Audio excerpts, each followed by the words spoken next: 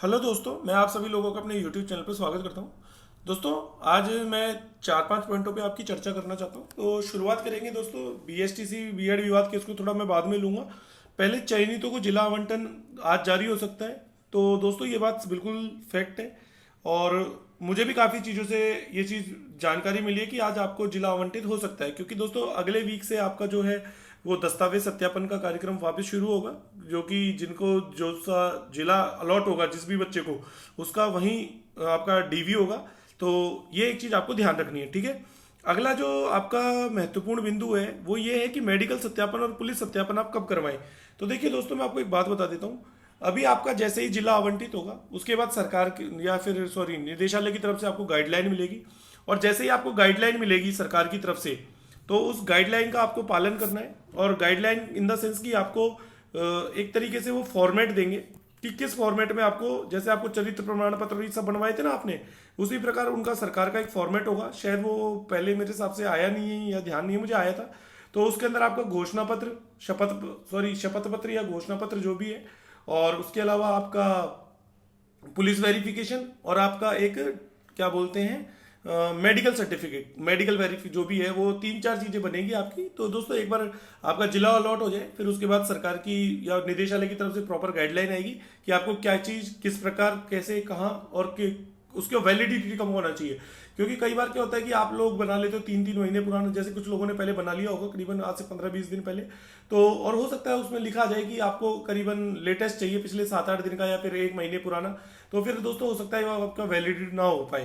तो जल्दबाजी नहीं करें, आराम से धैर्य से काम लें। और 2 दिन बाद आपका क्या बोलते हैं, आज शाम तक आपका जहाँ तक है डिस्ट्रिक्ट अलॉट हो जाएगा। या फिर मेरे हिसाब से दोस्तों प्रबल संभावना या तो आज है या कल है, क्योंकि दोस्तों मोस्टली आपके जितने भी चीज़ें हो रही है वो संडे को ही हो रही है। और आपको पता है कि आपका जो रिजल्ट आया था वो पिछले संडे को ही आया था रात को 9 बजे। तो हो सकता है कल आपको संडे के दिन भी डिस्ट्रिक्ट अलॉट हो जाए। और आपका दोस्तों जो कार्य है वो बिल्कुल तीव्र गति से चल रहा है निदेशालय की तरफ से, ये बात आप सभी जानते हैं। तो इस वीडियो के अंदर दोस्तों आगे चलते हैं। अब दोस्तों अगले सप्ताह से चयनितों का डीवी संभव है, ये 3 पॉइंट पर मैं चर्चा कर चुका हूँ। अब एक दो चीज़ें और दिखा देता हूँ आप लोगों को एक बार। दोस्तों ये आप ध्यान रखना, ये मैंने आपको क्यों दिखाया है, ये फेक है। ये उपेंद्र यादव जी का अकाउंट नहीं है। ये देखिए, ये क्या नाम है, ये है प्रेमाराम पांचाल। इन्होंने उपेंद्र यादव जी की फोटो लगा के और धोखा दे रखा है। और ऋषभ गोसीन और हिमांशु जोशी 2 लोगों ने इसको लाइक भी कर रखा है। तो वो कोई प्रॉब्लम नहीं है, मैं किसी को कमेंट नहीं कर रहा हूँ। आप जानते होंगे ऋषभ गोसीन तो ये आपके बीएसटीसी संघर्ष समिति में एडमिन भी है ग्रुप में और काफ़ी इंपॉर्टेंट सदस्य भी हैं। तो मेरा कहने का मकसद केवल इतना सा कि ये उपेंद्र यादव जी का ऑफिशियल अकाउंट नहीं है, ना उनके अकाउंट से ट्वीट आया है कि जिला अलॉटमेंट आज हो सकते हैं, लगभग सभी कार्य पूर्ण हो चुका है, जल्द खुशखबरी मिलेगी। तो ऐसी चीज़ें उपेंद्र यादव जी कभी नहीं करते हैं, और यदि वो करते हैं तो अपने खुद के ऑफिशियल अकाउंट से लिख देते हैं। तो दोस्तों मैं इनको कहना चाहता हूँ कि इस तरह की आप हरकतें ना करें, क्योंकि हो सकता है कल को आपके ऊपर मानहानि का केस हो जाए कि आपने इस प्रकार की हरकत कैसे की। तो इस चीज़ों का ध्यान रखें, ठीक है।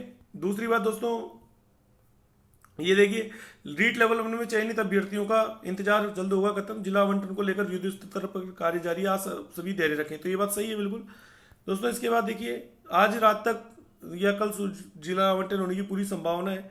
हाँ, अब देखिए दोस्तों, ये देखिए कमर खान जी, आपको पता है जी, राजस्थान के एंकर, इनका आप ट्वीट कह सकते हो कि ये थोड़ा ऑफिशियल मान सकते हो कि रीट लेवल 1 में चयनित अभ्यर्थियों का इंतजार होगा खत्म, जल्द होगा खत्म, जिला आवंटन को लेकर युद्ध स्तर पर कार्य जारी है, आप सभी धैर्य बनाए रखें।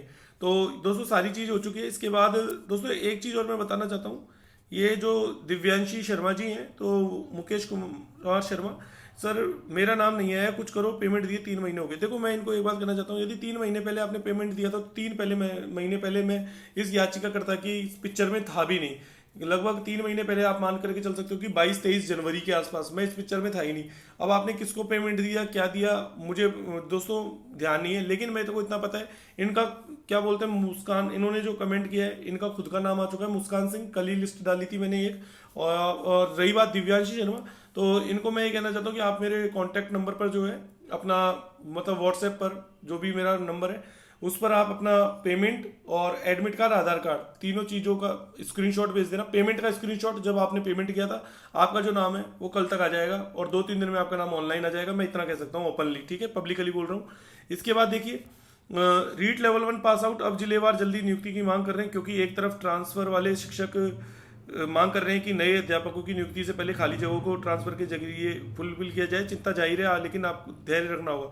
तो देखिए दोस्तों, दो चीज़ें हैं इस वक्त। आपको पता है कि लेवल 1 का जो, एक तो ये जिला की मांग चल रही है कि जिला आवंटन हो, और दूसरी तरफ से दोस्तों जो वे लोग जिन्हों का क्या बोलते हैं कि जिनको ट्रांसफर करवाना, उनका विवाद चल रहा है। तो दोस्तों दोनों ही इंपॉर्टेंट मुद्दे हैं। तो सरकार देखते हैं कि किस प्रकार इस जटिल समस्या को किस प्रकार सुलझाती है। दोस्तों दोनों जरूरी है। हो सकता है ट्रांसफर वालों को पहले जिला अलॉट करने के बाद, मतलब उनका ट्रांसफर करने के बाद फिर आपको जिला अलॉट करें, लेकिन दोस्तों इसकी संभावना मुझे बहुत कम लग रही है। पहले आपको जिला अलॉट हो सकता है, इसकी पूरी पूरी संभावना है। ठीक है, आगे चलते हैं। अब दोस्तों एक महत्वपूर्ण सूचना रीट याचिकाकर्ताओं के लिए। देखिए दोस्तों, आज 23 तारीख हो गई है और मैं कुछ सूचनाएं मेरे पास ऐसी आई है कि सर जो कॉन्टैक्ट नंबर है वो सही से आपने टाइप नहीं किया। तो दोस्तों मैं आपको बता देता हूँ, देखो ये अनिकेत जी का नंबर है, और जिसको भी, देखो दोस्तों मैं इसको लगातार यहाँ पर लिख नहीं सकता। मैं अनिकेत जी का नंबर आपको टाइप कर रहा हूँ, आप इसको स्क्रीनशॉट ले सकते हैं स्क्रीन पर, ये हटा जाएगा। ठीक है, ये अनिकेत जी का नंबर मैं लिख रहा हूँ अच्छे से, 9982907439। ठीक है, ये एक बार आप लिख लीजिएगा अच्छे से। ये अनिकेत जी का नंबर है। आपको पेमेंट और आपका एडमिट कार्ड प्लस आधार कार्ड, ये तीन चीज, दो चीजें तो ये, और ये पेमेंट आपको उनको सेंड करना है 2,000 रुपये का, जिसको भी याचिकाकर्ता बनना है। ठीक है, और बस मैं इतना ही कहना चाहूँगा। और बाकी आपको पता है याचिकाकर्ता बनने का क्या है, यदि कोई क्वेश्चन आपका पहले से सही है तो वो गलत नहीं होगा। और हमने टोटल दोस्तों 14 से 15 प्रश्नों पर आपत्ति लगाई है, और सॉरी टोटल 18 प्रश्नों पर हमने ऑब्जेक्शन किया है। और मैं आपको 18 प्रश्न एक बार बता देता हूँ दोस्तों, कौन कौन से 18 में से। दोस्तों देखो, मैं साइकोलॉजी के तो 8 प्रश्न है, और बाकी इंग्लिश के अंदर देखिए दोस्तों, जो लैंग्वेज सेकंड है उसका एक कम्युनिकेशन अप्रोच वाला एक सवाल है शायद, जिसका कहाँ उसका हुआ था, क्या बोलते हैं वो, कहाँ बॉर्न हुई थी, एक वो सवाल लिया है। एक संस्कृत के अंदर दोस्तों संगणक वाला एक सवाल है। 2 सवाल तो ये नहीं जोड़े, पहले 16 सवाल थे, अब 18 किए गए हैं इनको थोड़े दिनों पहले ही। उसके अलावा दोस्तों फिर आपका साइकोलॉजी के, सॉरी आपके ईवीएस के 2 सवाल है। जैव विविधता रेडियो वाला, टोटल 4 सवाल ही हो गए। मैथ्स में आपके 3 सवाल है, तीनों मेंचुरेशन के, 4 और 3 7 सवाल। उसके बाद दोस्तों हिंदी भाषा 2 के 2 सवाल हैं। काल वाला, प्रोजेक्ट प्रणाली वाला 9 सवाल, और हिंदी भाषा 1 का है जैकेटोट वाला, तो टोटल ये 10 सवाल है। इसके बाद दोस्तों साइकोलॉजी पे अगर आप आते हैं तो जहाँ पर एक तो वंशानुगत रोग वाला सवाल है 11 सवाल। वंशानुगत रोग के अलावा दोस्तों आपका एक सतत विकास है, रचनात्मक मूल्यांकन है, तो 13 सवाल तो ये हो गए। उसके बाद दोस्तों एक आपका विश्वसनीयता की अवधारणा 14 सवाल। एक आपका खेल कूद मतलब शिक्षण विधि किसके सिद्धांत पर आधारित है, वो आपको पढ़ा होगा, जिसमें वृद्धि विकास का सिद्धांत वाला आंसर है। 15 सवाल तो ये हो गए। उसके बाद दोस्तों आपके एक है क्रिया प्रसूत सिद्धांत किस पर आधारित है, वो उसको हमने, सॉरी वो था ना पारितोषिक और दंड वाला, तो उसमें दोस्तों क्रिया प्रसूत दिया था बोर्ड ने। तो वैसे तो वो सही है, लेकिन कुछ बच्चों ने बोला कि सामाजिक अधिगम को भी लेकर के हमने इस पर लगाया है।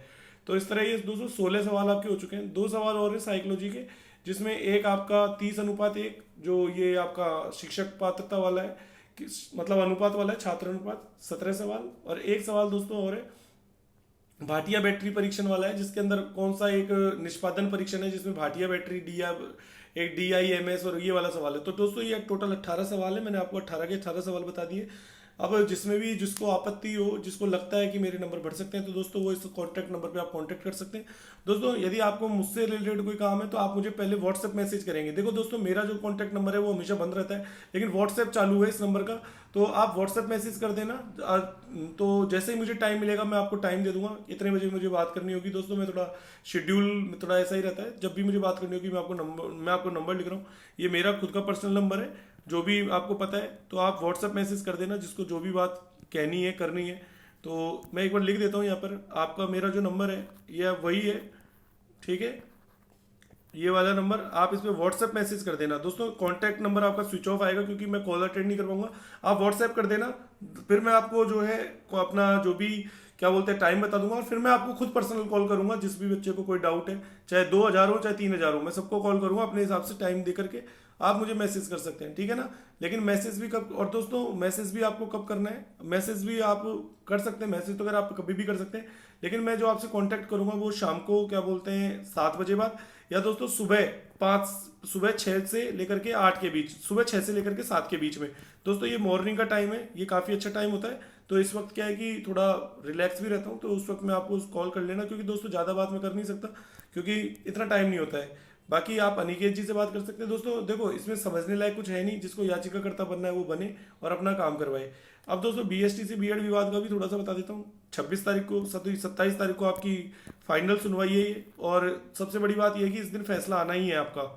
तो जिसको भी याचिकाकर्ता जिसको भी इसमें सहयोग करना है तो दोस्तों वो सहयोग जरूर करे, चाहे जो सेलेक्ट हुआ है वो बच्चा भी और जो नहीं हुआ है वो बच्चा भी। तो इस बीएसटीसी बीएड विवाद के ऊपर ही नियुक्ति और आगे का जो क्या नाम है, एक तरीके से आप कह सकते हो कि बीएसटीसी का जो भविष्य है वो इसी पर टिका हुआ है। तो फिलहाल दोस्तों अभी लेवल 1 को लेकर के 26 तारीख की सुनवाई को लेकर के कोई मेरे पास सूचना नहीं है। बीएसटीसी बीएड विवाद की थी जो मैंने आपको बता दी, काफ़ी अच्छा इसका हमको जीतना है बीएसटीसी को। तो फिलहाल इस वीडियो में इतना ही, सभी जानकारी मैंने आपको दे दी है। धन्यवाद।